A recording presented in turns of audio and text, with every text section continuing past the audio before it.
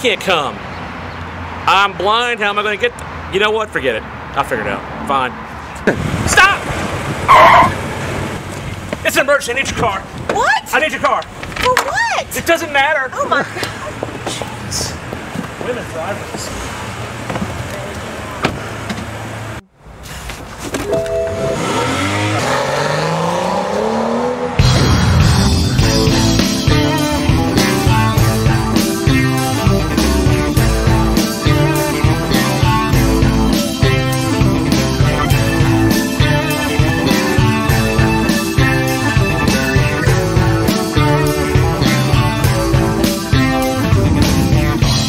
Everything I have done, I felt like such a fool. Every place I have gone just brings me back to you.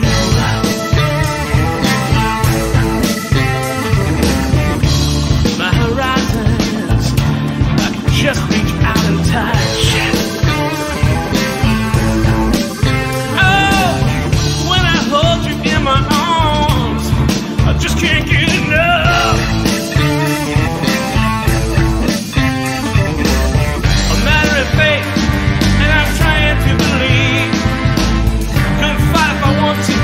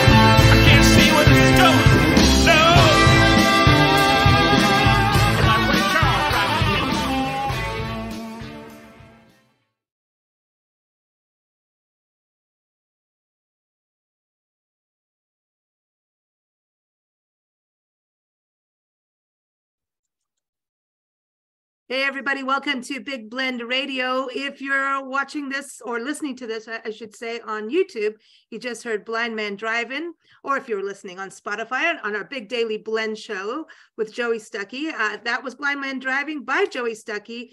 He is the official music ambassador for Macon, Georgia, which is known as the Southern rock capital of the world.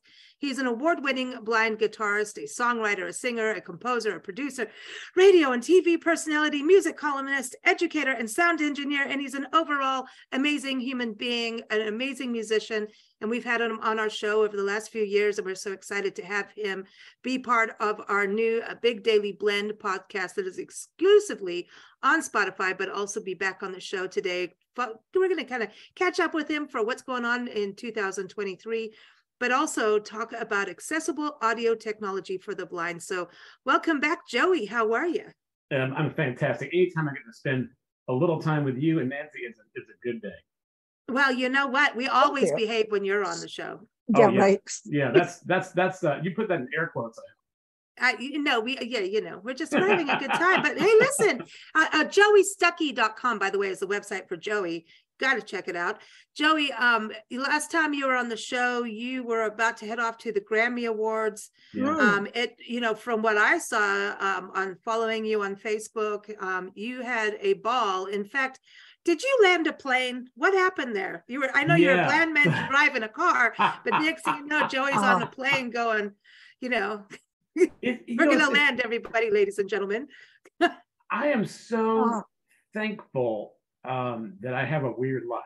It's always been sort of strange, but I've never met a stranger, and I didn't do anything, particularly noteworthy. I wasn't like singing on the plane or anything like that, but I was just sort of, talking to people as I do, and talking to the flight attendants and everything, and they said, "Hey, you want to make the final announcement on the plane that we're landing?" I was like, "Sure." So cool. I got up, walked up there, and did my thing, and my wife videoed it, so it's on my YouTube channel. Sweet. And it was just so much fun. I mean, I love these cool experiences like that. And that's something I've never really thought of doing. I mean, it would never have occurred to me that I'd be doing that. But it's amazing how many interesting experiences I've had over the years, and just by sort of being who I am and doing my. I mean, I've had. I got to hold a baby penguin, which I think is pretty amazing. Yeah. So just a lot of really cool adventures. Got kissed in the face by a sea lion. It was pretty amazing. A lot of whiskers on those sea lions. Listen, Nancy found out about a giant penguin the other day. We were talking about it on the show. Yeah. It's prehistoric. Oh, is it so it's not alive? No, it's prehistoric, but they only just recently found the bones. How big we talking? This is what got me. They said one was the size of Shaq O'Neal. They didn't say foot size, like so many feet and inches or weight. They just said it was the size of Shaq O'Neal. Interesting. They're like, well, they're one of my favorite animals, I must tell you. So I collect. I collect little penguins, like stuff. But how would you like to meet like a over 6 foot tall one? I mean, as long as they're not hungry, I guess it'd be fine. Why do they call Nuns penguins? Because they're black and white. The black and white. I'm blind and I know that. Yeah, Lisa. I could tell you some nun jokes, but I'll behave because it's Sunday. I don't want to hear any nonsense. Whoa. Nonsense. Come on. But this is cool, Joey. I mean, I think that it's your attitude in life that is so exciting. It's that you have this just positive outlook, and I know life is not always easy, right? And for anybody, right? But you just keep going forward. And I know in previous shows you've talked about really your parents really kind of got you onto that positive move forward, right? Yeah, I mean, so as a really sick child, the reason I'm blind is a brain tumor. That happened when I was about 18 months old, removed when I was about 2 months old. I mean, 18. Wow. When I was 2 years old, I'm sorry. Get my months and my years straightened out here. So yeah, 18 months old, they discovered it. At 2 years old, they were removing it. And, there's a lot of trauma that came from that. A lot of illnesses. And compared to the kind of technology we have today, it was a very difficult procedure. And they told my parents that, well, the first doctor said, well, we'll do the surgery, but he's going to die. And my dad's like, okay, you're not doing the surgery. Yeah, no like, kidding. he's Geez, like, nice attitude. I want someone else with a little bit better attitude. So, Yeah. So then, Oh. then they did go to another doctor, and this doctor said, well, look, the truth is that this is going to be about an 8-hour surgery, and it is, you know, he may not survive, and if he does survive, he may not walk or talk. And but you know, we have to do the surgery because if we don't, he will die. That we know for sure that if we don't do the surgery, death is coming quick. So, but my parents, you know, did a lot of wonderful things. This is before self-help books were like a thing, you know. So I give them so much credit because it, like, the self-help positive mental attitude was not in the zeitgeist to this day. And so they anyway, they did a lot of wonderful things. They taught me how to entertain myself, and honestly, really, what I do for a living is entertain myself, and it happens to entertain other people, and I get paid for that. So I mean, really, I'm entertaining myself. Cool. But they taught me to focus on affirmational things rather than traumatic things. Like the best example of that, to give you a brief story, I could talk about this forever, but you know, the day that we took my brain tumor out was September 29th. And so my parents, instead of getting nervous, and, you know, when you had a traumatic event in your life, you know, and remember the anniversary of that traumatic event where you almost, you know, you could look at it as this the day you almost died. But they said, no, this is the day you beat the odds, which, you know, it's a fairly powerful, it's subtle in a way, but it's a very powerful shift in mental attitude. And so they said, no, we celebrate this day instead of live in fear of this day. You know, so are there you know, negative memories that come with it from the trauma? You know, I was in the ICU after the brain tumor for almost 4 months. You know, it was very, very difficult, and I still have a lot of issues from the brain tumor even now. But anyway, the point is, I mean, it's a subtle shift in a way, but it's a profound shift in thinking. So that's always been their attitude, and they've always taught me to acknowledge my limitations, but not define myself in terms of those limitations. So I think those are fairly powerful ideas. You know, I think it's powerful because, you know, it's like sets you up that you can't go backwards. You know what I mean? Right. It kind of is that left or right choice, you know, of your brain. Are you going to go negative or positive? Yeah. Because it's like you're set up that way. And if you make that turn, you've made an obvious turn. Yeah, you know, and that's a good thing also for your parents to gauge if you do start to do that turn back. Right. And to be able to go, hey, let's move forward. Well, and I'm a realist. I mean, you know, I don't deny things are not difficult at times, because that would be foolish. That would be foolish. So I'm not saying that one must maintain a positive attitude at all times. I think when something bad happens, you should acknowledge that. You should feel the way you feel, but then not live in that place of sadness or negativity. You can visit for a moment, but you got to get back up and keep moving forward and taking every blessing, every ounce of joy, every ounce of happiness, every miracle. You know, I'm so fascinated by almost everything in the universe. People tell me I'm a great conversationalist, but really, I mean, I'm just curious. So I literally am very curious about experiences I haven't had. So the other day I was talking to a guy in the studio, and we were recording a heavy metal album, and I was just chatting with him while the drummer was doing something. I can't remember. He was taking a break or something. And it turns out he's a truck driver. And so I was very curious about that because I haven't had that experience. So I was asking, like, how long are you allowed to work? You know, what kind of license? How hard is it to get a license to drive? I think I call it like a CDL or something. You know, do you have a bed and a little living room in your cab? You have one of those big extended cabs? And I was just interested. And he's like, well, why are you asking me all this stuff? And I'm like, I'm just curious. Yeah. That's us. That's why we have a podcast. You know, it's like we're in permanent college, is like what we're saying, and we're having fun doing it. You know, but you know, let's go to the studio because you are a producer at Shadow Sound Studio, everyone. And I think you know, being .com. Excuse me. You go. You get it in there. Get it in there. He got it in there. Good aim, Joey. Thank you. anyway, as a sound engineer, a lot of people, you've got photos of you, you know, with all these sound controls, a sea of buttons and knobs and I and do like tabs perky and knobs. yeah, I know everybody likes Now to twirl a good knob that's once in a you while. know, that's a great record album name. It The is. Knobs. I The have knobs. a couple of great album names that I won't share with you now. I keep trying to put them Okay. off on the other people because Oh, well. I feel like my reputation would take a hit if I named my album some of these titles. But I Okay, think yeah, they're we still good. see this is yeah, anyway, I I get in like trouble all buttons the and time. knobs. Well, we get in trouble because when we go to Asheville, North Carolina, we go hiking out with our friends Karen and Steve Mm. from the Well, see, Lime that and the just Rosebud and Karen and Breakfast. Steve sound like troublemakers. I can just They're feel it. not, they're known Yeah. as Mr. and Mrs. Wild because they're either Yeah, because chasing wildlife or musical wildlife. That's the two things they do while they run Interesting. a bed and breakfast, right? So it's Ah. like, so it's really cool. They're the ones we ran the bed and breakfast for them when they went away. Like they trusted See, us, like, you know, they're brave. They they're very trusted us brave. to run it. But every time we're on the show, we talk about going, we went hiking with them. We went hiking, I think it was at Stewart's Knob or somebody's knob. There's a bunch of knobs on the Blue Ridge Parkway, the Blue Ridge Parkway through the Appalachian Mountains, Blue Ridge Mountains, going to Smoky Mountain National Park, Great Yeah. Smokies. I mean, it's an amazing area, but half the hikes, you're walking on a knob. And I'm like, why Nice. do we have like a trail of knobs?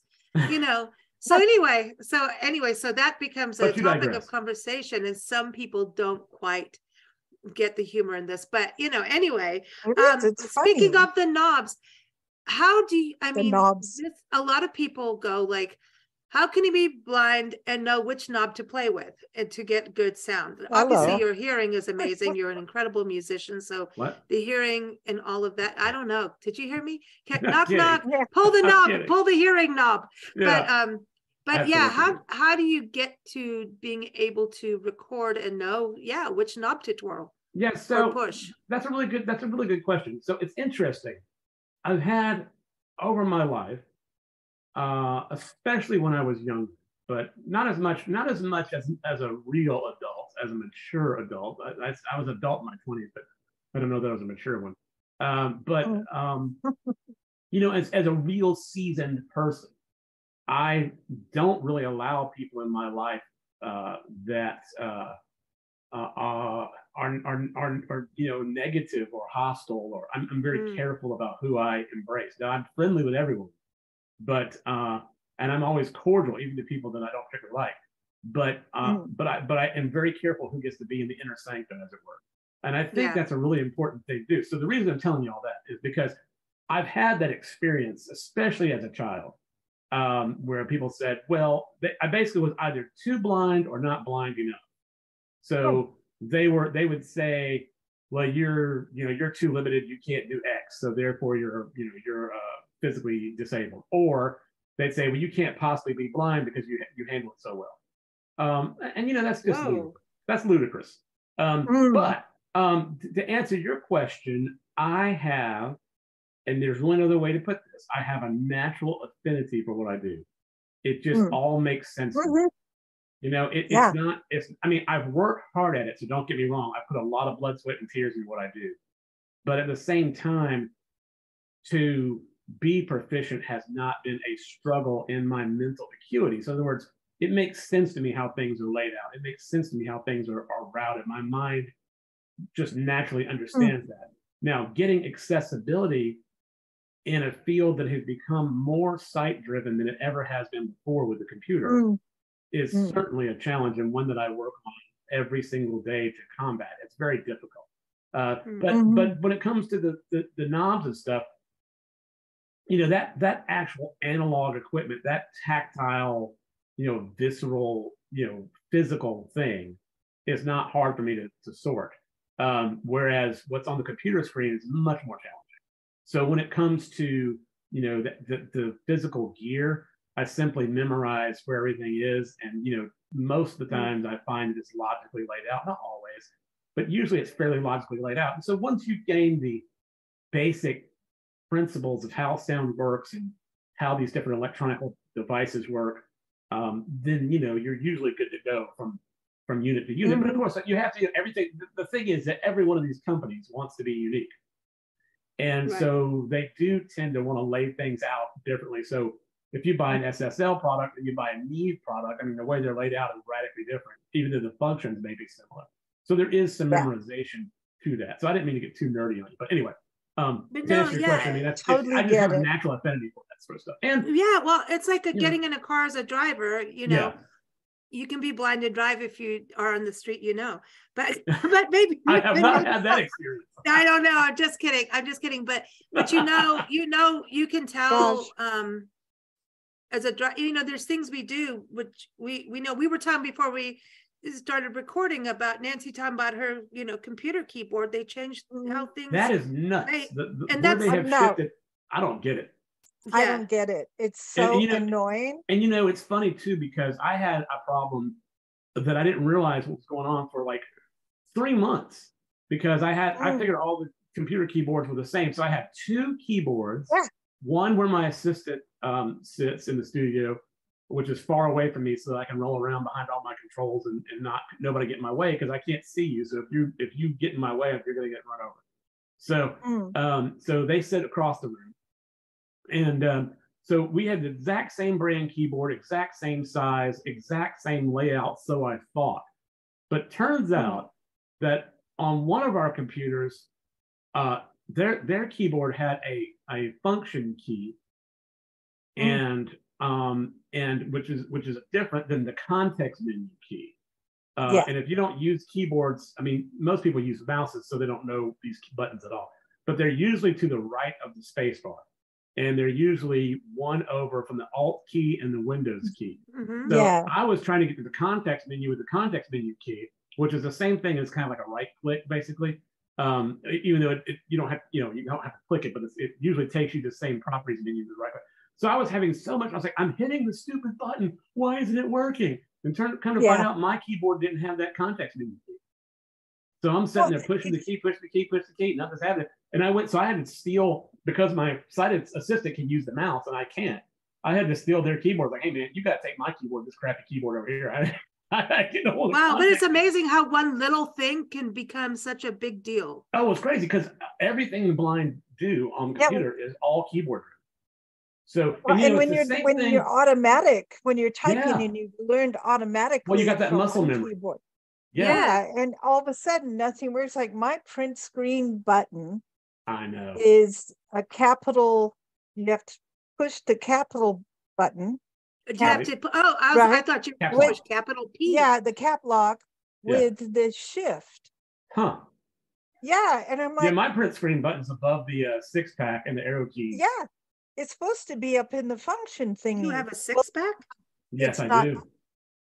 Ooh. Yeah. Ooh. In my mind, here's the deal. I think I'm trim and sexy until I put my hand on my stomach, and then it all goes to hell. So I try to. No. That's just being warm and cuddly. Well, I think the stomach has the thing. Ooh, 80 pounds? How did you do that? Well, I will actually tell you the truth. I lost 100 pounds during the pandemic, and when we've been on tour in the UK and then on tour in Indiana and LA, Los Angeles. I gained 10 of it back. So, but because it's so hard when you have no time in between events, and you have to eat whatever's there. Man, it's hard to eat right. Yep. Yeah. Tell us about. We travel full time, and we were really good. We were out. We pet sit as we travel, so we can work, and then we do our park stuff, and we're in parks. Right. Nancy and I are like, eating pretty no, because I eat gummy bears on the road, but I can't help it. Not the ones with things in it, but because I have to drive. But gummy bears are for, as far as junk food goes, they're pretty healthy. I think they're delicious and they make me chew and stay awake. But anyhow, it's not good for me, whatever. But you know what? Just not walking dogs, and now being snowed in and stuff. I did go out in the snow with the dogs, and that was the shortest walk I've ever taken a dog on. But honestly, you can feel it immediately if you're not doing. You can. It's immediate, and I don't like it because your body is already eating stuff that's more processed. And I just, as soon as we get to a new place, I look at Nancy, I'm like, dude, we got to get some salad. We need to have the greenery. And she looks at me like, no, I don't want the salad, but she has to have the salad. Nobody. I don't want anything green. Right. You know how I think of eating? I think of eating right as the same thing as taking medicine. Like I Mm. just get it done. Oh, I Yeah. eat things I don't particularly care for. I mean, I like salads, but if you eat a salad every day for lunch, it gets kind of old. But I just force it down. Yeah. I just, But the one thing that I will say that really has been a godsend is, the diet, or if you want to call it, it's really more of a change in lifestyle than it is a diet. But it's called the 21-day fix. Mm. And really what it does is help you figure out how many carbs, how many vegetables, how many fruits, how many proteins you can have a day to hit the targeted weight Yeah. loss. And then it helps you understand portion control, like how big, this is how much meat you should have. This is how so it really helps. And the two things that have really helped me the most are cauliflower rice and pasta, because I love rice and pasta. So cauliflower rice and pasta, and then wheat bread instead of like white bread and sourdough bread. Yeah. Like, wheat bread. So it can be done, but it's a life switch. But when yeah. the only problem is when you don't have the time to cook for yourself, which is really the best way to lose weight. Things, even though you can portion control and stuff when you go out to eat, it just becomes worse. Yeah, it's And it's you really can't true. going out to eat, you're going to gain weight. Yeah. There's no way, totally because because there's no way unless they have a diet special or some, Well, I Yeah, thought, Yeah. I thought a couple years ago, I was eating like rice, and I didn't really eat any sweets. I've never been. I mean, I like sweets, but I've never really had an issue like, oh, I'm eating too many sweets, that's why I'm overweight. I ate a lot of rice and stuff like that, thinking, oh, it's this is pretty healthy. This is healthier than X. But in fact, there was a lot of calories. Yeah. And so that was a big. Once I learned that, I was like, oh, and then I have so many. I take about 30 pills a day, plus a shot every day, plus a cream, plus 2 eye drops, and then I have a shot that I take every 6 months, and then I get a full physical every 3 months. Oh my gosh, really? Yeah. So what happens? The brain tumor did quite a number on my body. Yeah. And so Wow. I won't go down the full rabbit hole, but I don't make adrenaline, for example. I have no adrenal function, so I have to replace that with medication. And the best thing they can do is to draw blood and try to see how much is in my bloodstream and try to manage it through that. But ideally, what would happen is you have a feedback loop of your brain would say, hey, you're tired, you need more adrenaline. And then your brain would say, hey, adrenal glands make more adrenaline, and they would, then you'd feel better. I don't have any of that. So I can actually get in trouble if I don't hydrate properly and rest properly. I can go into adrenal shock, and that could be the end of me. So I have to be super careful about stuff like that. By the same token, I also refuse not to live the life I want, which, like I'm not going to not do something I want to do because I have these issues. And the medicines I take, none of them are therapeutic. Well, I guess one of them is, but none of them are therapeutic in the sense that I'm treating a disease. They're all replacement dosages for things my body doesn't make. And so, so that's complicated. And some of that medicine makes you gain weight a little bit. Sure. Then plus, I'm basically sitting in front of a mixing board and a computer all day long when I'm making records, and that's pretty sedentary. So all those things together can, and then not, and also being blind, to a certain degree, I'm at the mercy of other people, in the sense that I can't hop in the car, go to the store, and get what I want. Now with Uber and Uber Eats and some of these things, now it's become a little bit easier to get stuff that I want, and to get a little bit some healthier options. But of course, that depends on what's around you and the range of Uber Eats and DoorDash and all that stuff. So like when we were in LA, I thought I was going to be able to find all kind of healthy options, and that was a big surprise that I could not find real healthy options like I thought I could. Really? Oh, wow. It was shocking. Wow. It was That's shocking. amazing. I don't know if it's just where we were in town or what the deal, but like all the restaurants were like everything was so calorie heavy. It's like, oh my God. Even when you try to do, even like, so like they'll have like broccoli flatbread, but the flatbread's like, so calorie heavy, and you just can't. So it's catering more to the gluten-free tribe than. I mean, I don't know that. I mean, I mean, I guess some of those healthy options, but then again, if you're trying to lose weight, just because you're eating healthy doesn't mean that you're eating things that are the right thing to maintain weight loss. So the other thing I have done. Oh, go ahead. That's what happened to me when I was vegan. I went Yeah. vegan for about a Oh, year plus, boy. because when we first got back to this country, I just Mhm. everything, like if I ate meat or whatever, my mouth would just freak out. Like it was like tingling, you know? Yeah. And so it was a preservatives. And so I wasn't used to so much food having preservatives, because I don't know, in Gotcha. South Africa, we kind of lived a very whole kind of life. I think the most That was preserved stuff we ate was actually cheese. was Healthier because it than I was real realized. food. Right. Yeah, so I right. didn't realize, and I was born with all kinds of allergies and all Me these too. issues.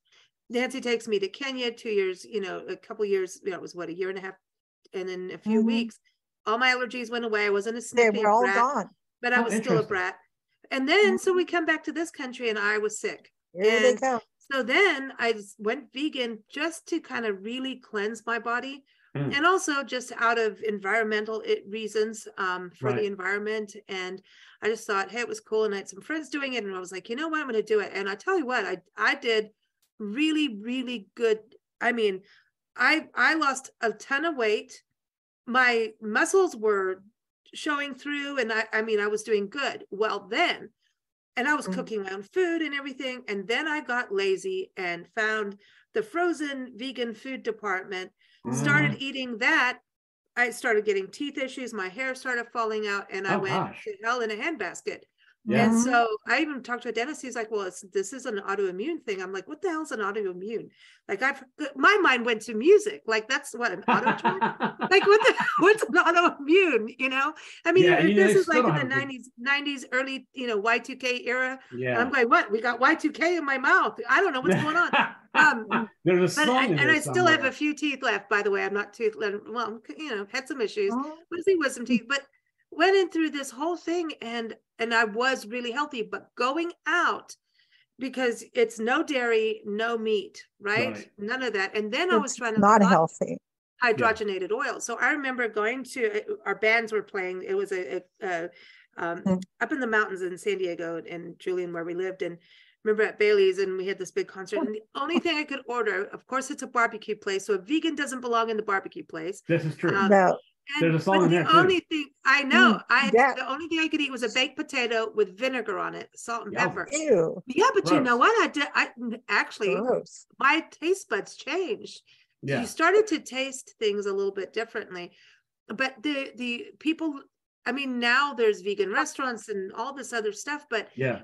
it's not people. I cannot be vegan on the road without, like, it has to be something you do at home. And I know we're pet sitting and everything, but to keep it healthy. Plus we're allergic to fish, Yeah. and now tree nuts.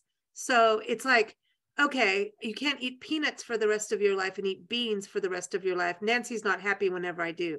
I eat a lot of dried chickpeas and that kind of, like, I that's her love it. thing. I love this. I tell you what, this has helped me. And I don't know if you can eat these or not with your allergies, but I've been eating these lupini beans. And they come, I've been ordering them off Amazon, and they come in like flavors. They're al dente. They're kind of chewy. They're not cooked, but they're not dried. They have moisture to them, and they come in like, I don't know, salt and vinegar and rosemary or whatever. Ooh. And a pack of those has very few calories, and it's better protein than beef. And it's something that my doctor turned me on to. And again, they come in these little pouches, so you can carry them with you wherever you want to go. You just tear them open and eat them out of the little pouch. There's only so much that you can stand a day, but they're a good snack to keep you feeling energized and not add a whole bunch of calories. And Yeah, I get them on Amazon.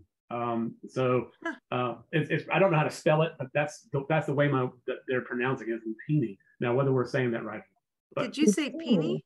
lupini. Blue peonies. You got a blue peony. Well, no, not blue. That's Lou. moist. Blue. Blue peonies. Lupini. Okay. There you go. Lou.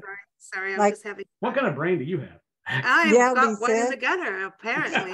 Yeah. But no, listen, I don't know. That's up to gutter. everybody's mindset. But hey, let's go. You know, hey, listen, we should have a nutritionist on the show the way we're talking today. But but this is, you know, talking about caring for your health, but and then understanding, you know, your big sound station, you know, the shadowsoundstudio.com, everybody. Thank you. And you work with all these artists, but then when we look at what's happening with AI, this is something we wanted to talk about on the show with you today, is accessible audio technology. And just even AI, I mean, even like we were saying, a computer update can totally screw with everything for you. You know, so let's talk about because I know you do conferences. You were just in London doing this too. That's right. Yeah, so, I do it all over the world.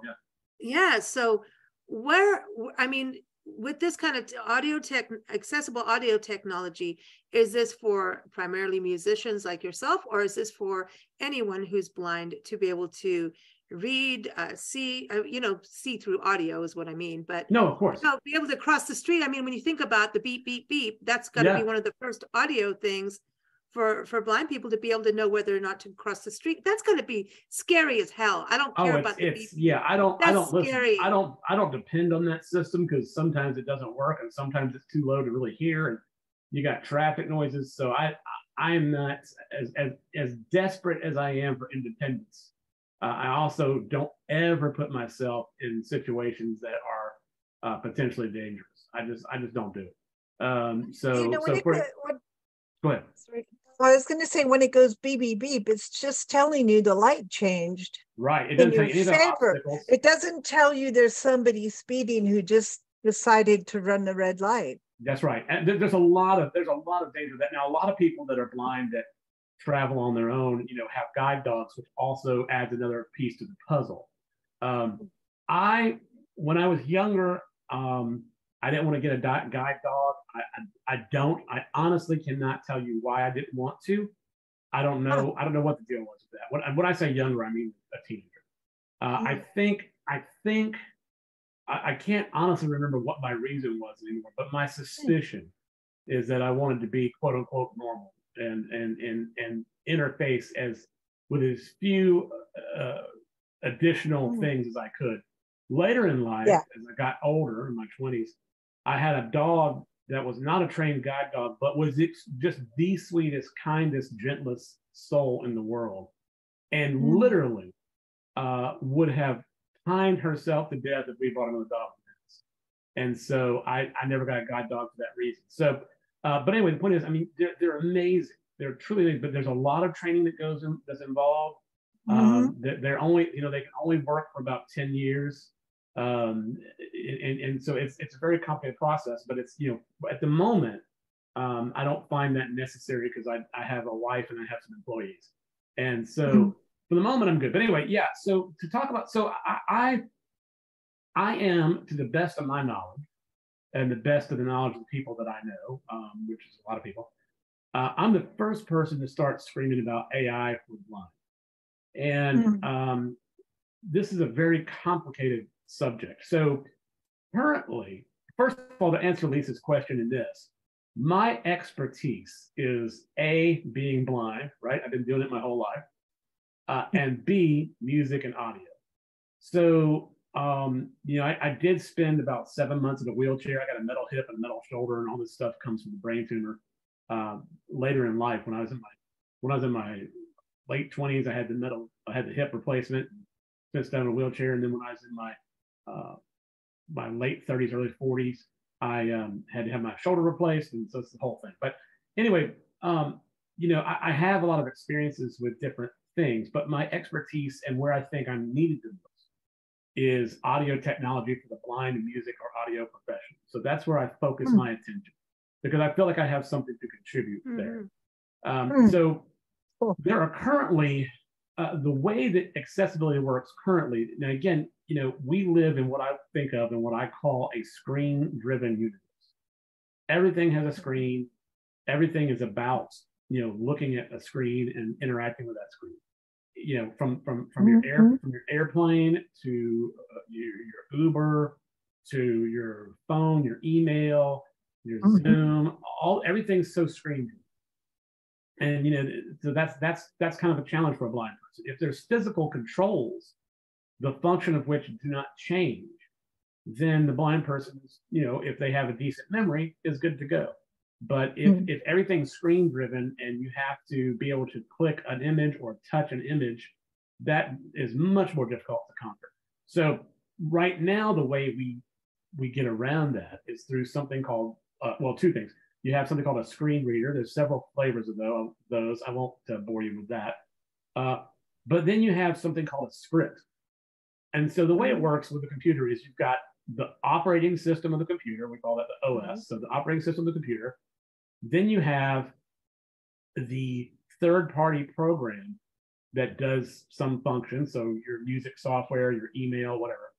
And in between those two things, you have to place this thing called a screen reader that theoretically can make sense of the text on the screen. And of course, it can't make sense of pictures or graphics in any way. So then you have to add another piece of the puzzle called a script. And typically the way the script works is you break the screen up into zones and you tell the computer, hey, when you, in this specific program, right? So in your email, for example, you'll say, okay, in this specific program, the upper right-hand corner, you'll find the forward button. The upper left-hand corner, you'll find the send button.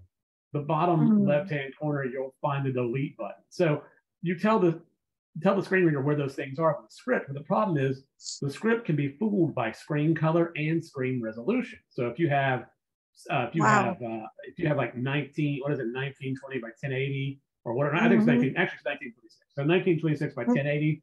That's one thing. If you have a smaller screen resolution, now the real estate of the screen is taking up a different place, sort of geographically, if you will. So the problem with scripts, I mean, I'm grateful for them, don't get me wrong. But the problem with scripts are there are very few people developing them. And most of the people developing them are blind people who are not getting paid to develop them. And every time the program that you're trying to script for updates, it breaks the accessibility. So this is a very inefficient way to make things happen. So the next choice we have is something called haptics. And haptics, for some reason, is not super popular, but should be. We have haptics in everything. So when your phone vibrates, that's a haptic. So when your phone vibrates, when you put it on silent mode, and your phone vibrates when you get a text message, that's a haptic. That's a tactile way of interfacing with the device. So, one of the things that I was part of back in 2016 was this thing called the haptic wave, which was a fader, a slider, if you will, that was in this little, it was not super expensive to make. It was in a little wooden box, and you would move the slider or the fader, or it's kind of like a handle, I guess you could say, move it from left to right. So it had an X and a Y axis. As you moved it from left to right, another fader that was smaller on top of that fader moving from left to right would go up and down. And what it was trying to show you is, if you've ever looked at a waveform of audio, there are peaks and troughs. So there are the low points of the sound, there are the high points of the sound. So it's showing you dynamic range. So you can see that with your eyes quite easily and go and click that and manipulate that very easily. Well, the blind person can't do it that way. We have to do our process, so we have to listen through to find those places. And so it takes about triple the amount of time as a sighted person. So the haptic wave was like, hey, how about we move this thing from left to right through the waveform, and as it goes from left to right, this other little fader will bounce up and down and show you the peaks and troughs of the waveform, so you can kind of navigate. Anyway, it was an amazing product. I was a big part of that process. Again, it's called the haptic wave. Just Google it. Unfortunately, it never got past the university sort of experimental phase. So it never got made for mass distribution, and it wasn't super expensive to make. Anyway, those are haptics. Now I have this amazing Oral-B toothbrush that I paid $200 for, and it's an electric toothbrush, and it has haptics. So the dentists say that you should brush your teeth for 2 minutes. Well, so every 30 seconds, this thing vibrates you to let you know it's time to move. So you're supposed to brush your teeth in zones, like bottom left, bottom right, upper left, upper right. So you start brushing your teeth on the bottom left, and then the thing vibrates. Like, okay, that's been 30 seconds. Now I can go to the other part. So that's a haptic. So haptics are a great way for blind people to interface with things, but again, there's just not a lot of people doing it. And then the last thing, and nobody's talking about this to my best of my knowledge, and I think this is where we should be, is artificial intelligence. So we go to, I think the best way to talk about this is something that everybody's familiar with, which is the idea of these driverless cars, or as they used to call it in the 40s, robot cars. Some of our great science fiction writers have been predicting these robot cars for, since the 40s. Also, we're supposed to have jetpacks, and I'm still very upset that we don't. So anyway, artificial intelligence. So I know I want a jetpack. Of course, I probably shouldn't fly it, but anyway, that's another problem for another day. But basically, as Carl Pilkington said about moths, if you haven't got eyes, you shouldn't have wings. And I think that's a pretty good idea. I think probably you shouldn't be flying if you can't see where you're going. But anyway, the driverless cars use machine learning. And so they are programmed with situations like, okay, if this happens, you do this. If this happens, you do that. And if one of the driverless cars that's on the network of cars, and they're connected by the cloud, if one of them encounters a traffic situation that it hasn't been taught what to do with, then when it figures out how to successfully navigate that new situation, all the cars know the same thing. All right, so they automatically all learn from one car. And basically how the machine learning works is that you feed the machines, the program, massive amounts of data so that it can start extrapolating solutions to the problem that you set it. So my feeling is that this is where we should be with accessible technology for the blind, because I feel like we can get machine definitions and machine learning for different tasks and different kinds of features. So for example, we have something called a compressor. A compressor's job is to control the dynamics. So you need it more with very inexperienced musicians. The more experienced musicians, you need a lot less. But if someone's playing and they're playing sort of inconsistently, meaning their volume kind of goes up and down and up and down and down, and not in a controlled or meaningful way, it just happens because they're not hitting with the precision they need, right? So when I hit the drum, and I'm a low side adequate drummer, but I'm a great drum programmer. I'm a frustrated drummer at heart. So when I hit the drum, though, every time I hit the drum, I hit it exactly in the same spot at exactly the same velocity. So I have a very consistent tone. I hit the drum the exact same way every single time. And that is really what you're going for in the studio. And so if you have a drummer that can't do that because they're inexperienced or whatever, then I have to go in and fix that, because otherwise their volume's going up and down and up and down and up and down. Right. So I have to go and fix that with a compressor. So a compressor is a fairly ubiquitous tool that the audio engineers use. So lots of different companies make compressors. There's lots of different flavors. So the problem is currently we have to have scripting for every single plugin that is there. And we just don't, is the thing. Like there's not many scripts. So what I'm suggesting is that through machine learning and AI, we are able to teach it, hey, there's something on the screen. And by the way, most of these processors are all graphical interfaces. They're like knobs that you click with a mouse. So the blind practitioner is totally out of the loop with something like that. So anyway, the point is, I'm going to finish this up because I know it's getting kind of nerdy, but the point is, like, when you look at a compressor, you see a threshold. So if you see a threshold, a ratio, an attack, a release, a knee, when you see those controls, even if the machine's not familiar with it because it looks completely different than the other compressor that it saw, it should be able to say to itself, well, I see a threshold and an attack and a release and a ratio. I must be looking at a compressor. And then the AI is able to transmit that information of what's on the screen to the blind person. Now, at that point, you have a couple of choices. You can either have the AI tell the blind person where the mouse pointer or cursor is, so the blind person can activate that.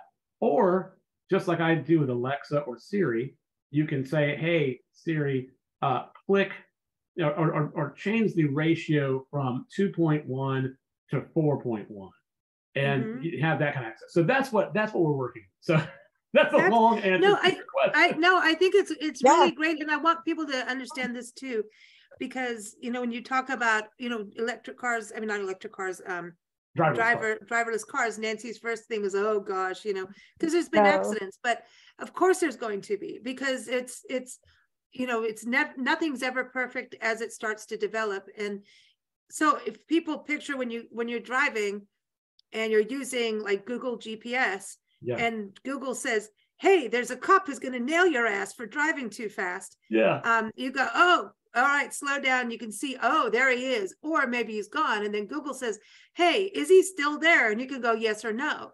So it's kind of like crowdsourcing against the cops giving you a ticket, which I think is fantastic. That's right. It is crowdsourcing, because here's what most companies say when you talk to them about accessibility. If they're assholes, let's be honest, they'll say there's no market, we don't care.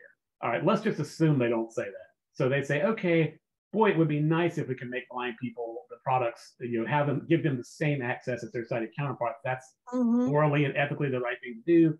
But number one, there's a very small blind market out there. So how much money are we going to make? But what I mostly hear is, well, we can't afford to pay a full-time staff person to work on accessibility. So and look, I'm a small business owner. I get it. There are things that I can't do because it just isn't feasible economically. So my solution to that, because I like to come to people with solutions, not problems. I think it's a subtle difference, but I think it's an important one. So my solution to that is, what if there were a third-party company that for $5,000 a year or something like that, they collated all the machine learning, all the machine definitions, they formatted them for the AIs, and you just had to pay a small yearly fee and share all your updates with them in a timely manner so they could update the AI machine definitions. So now you got a third-party company out there doing the work for you, and you're not paying someone, $60,000 a year to work on accessibility. Now, that being said, I'm excited to tell you that one of the biggest companies in the music industry, especially for electronic music, is called Ableton. And they're a German-based company. And they, November of last year, 2022, hired a full-time accessibility staff member who has a doctorate in accessibility. Wow, and cool. which is a really unique degree to have. And I don't know how much our listeners are aware, but in the UK, doctoral programs are much more flexible than they are here in the States. Like in some cases, you can kind of like create your own degree.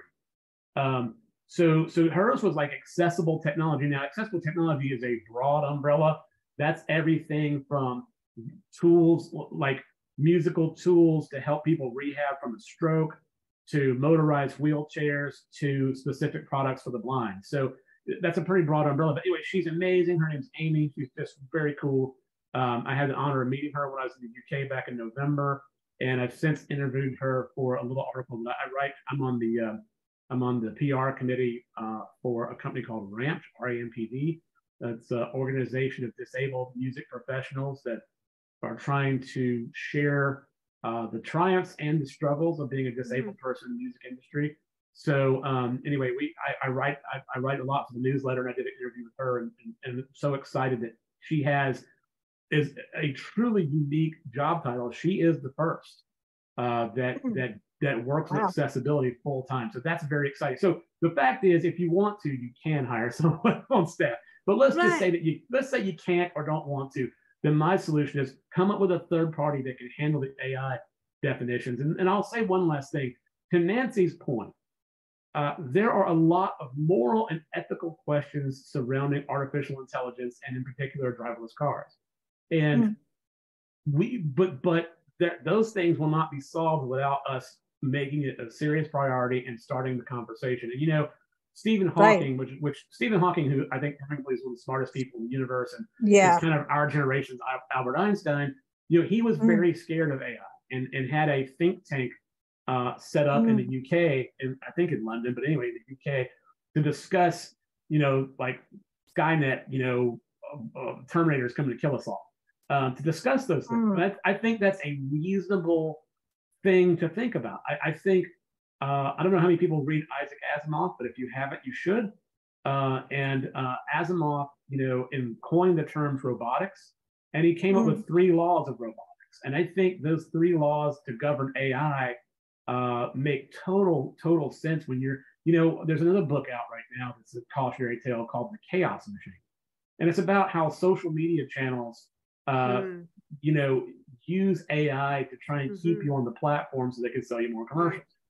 And there was several AIs that had to be pulled out of service because there were AIs starting to build AIs, and the humans were like, we don't know what they're doing anymore. And so they had to stop that program. There's also an AI, a chat program on Twitter, I believe made by Microsoft, that became racist after a lot of people that it was tweeting with, it basically became a white supremacist. And so they had to pull that. So anyway, there are dangers with this technology. And I'm not Chicken Little, the sky's falling, but I think it's foolish not to think about the things that possibly could go wrong and what are our safety measures. So there's lots of things. It's the next wave of what the universe is about, or the planet Earth. Yeah. I mean, at one point we had electricity, and there's, oh my God, the house is going to burn down if you put the stove on. So there's, and then computers, and and I remember not doing video calls because they're because people can see you through your camera or whatever. But it is about learning the parameters. It's what we plug it in. And I want to go back again too, like what I was talking about, the GPS and the crowdsourcing. But this is what science is about, and this is why science gets a bad rap. What you're talking about, like AI is creating other AI programs, right? That's kind of like a virus mutilating and going, oh yeah, watch this, I'm coming at you from this direction. I'm going to be different. Like the coronavirus is mutated and become all these other names and whatever. But science is science is a journey. It is not an end destination.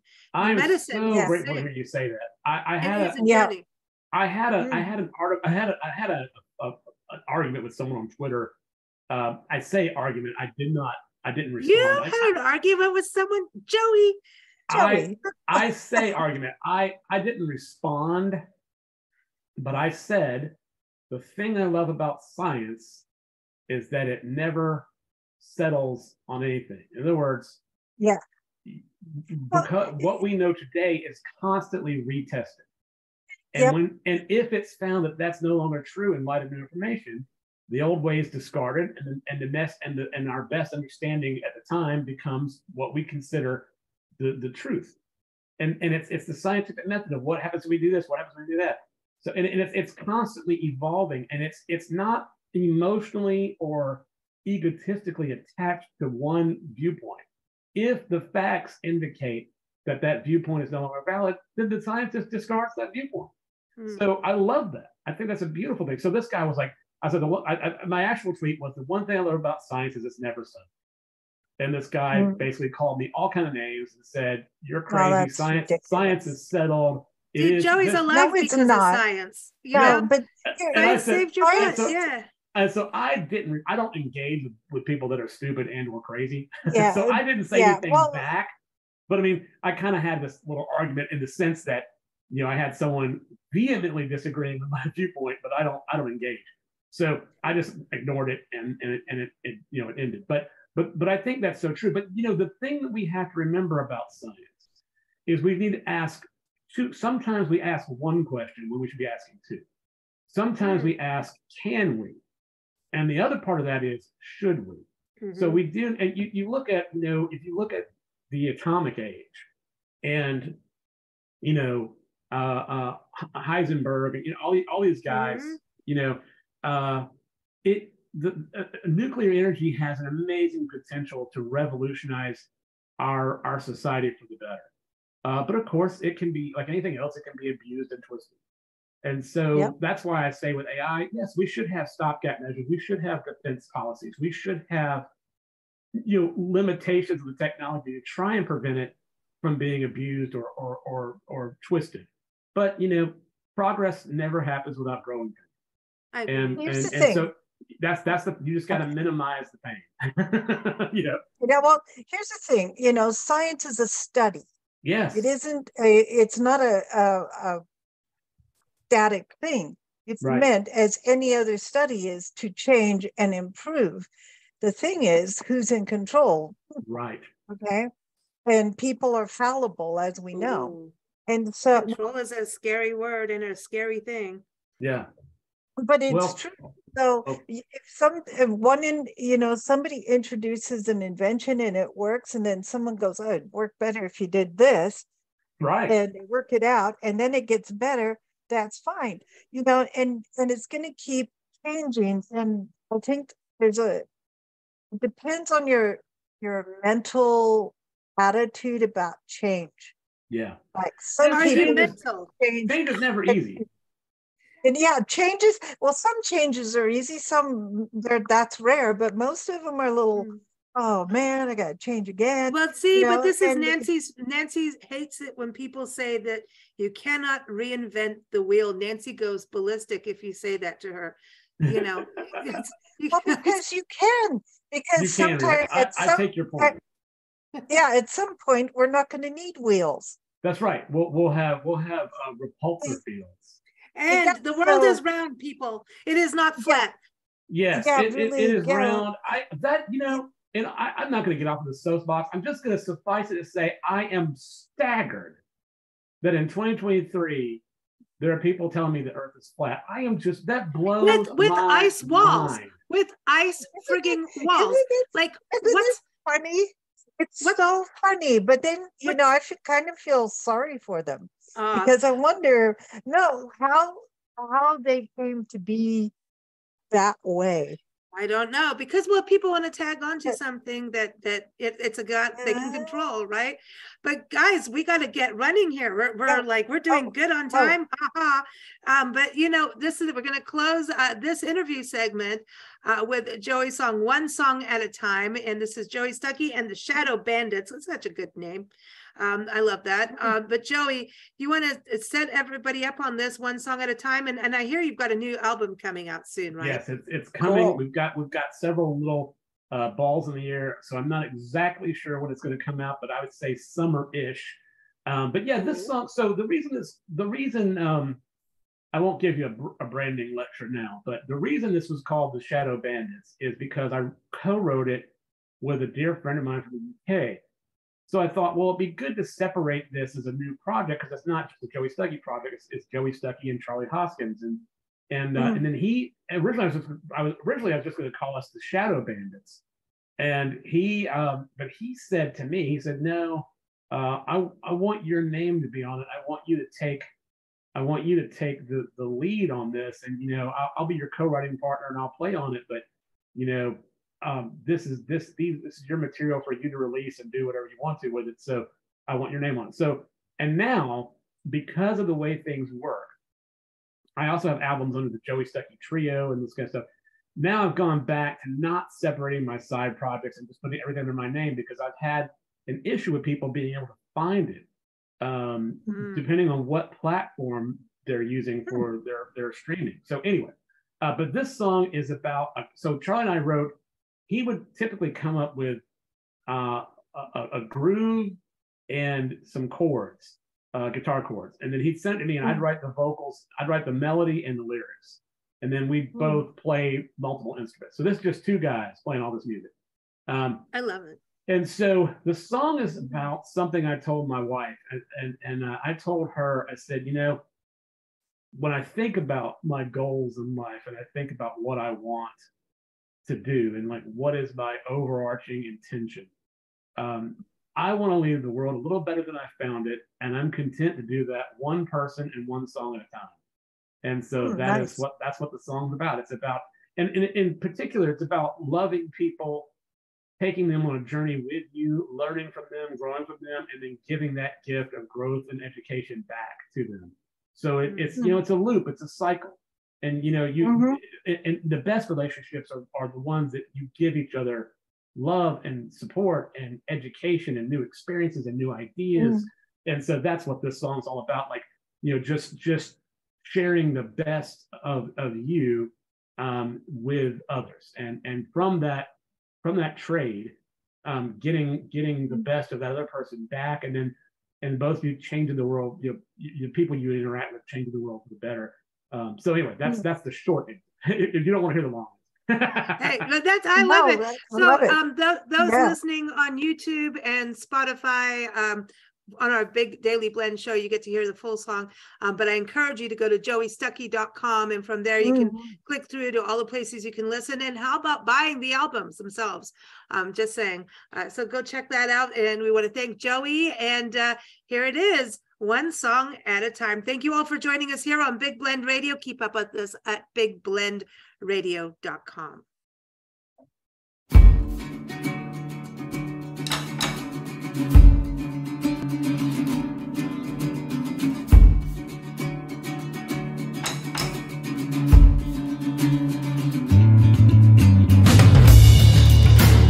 This is where I'll start.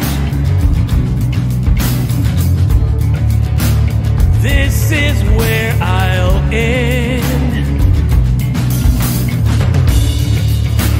Heavy is my heart. My soul is wearing thin.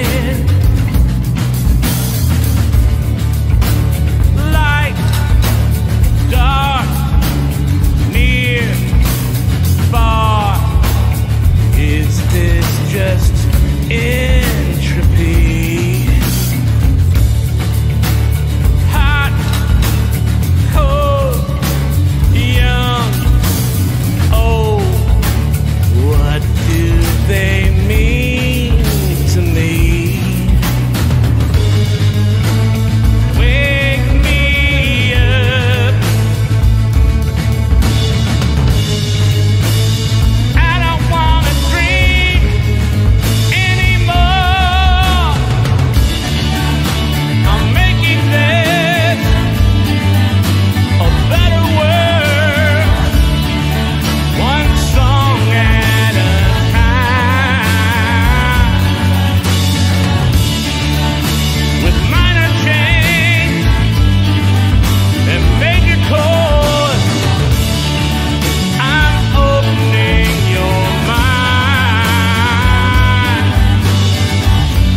Song at a time.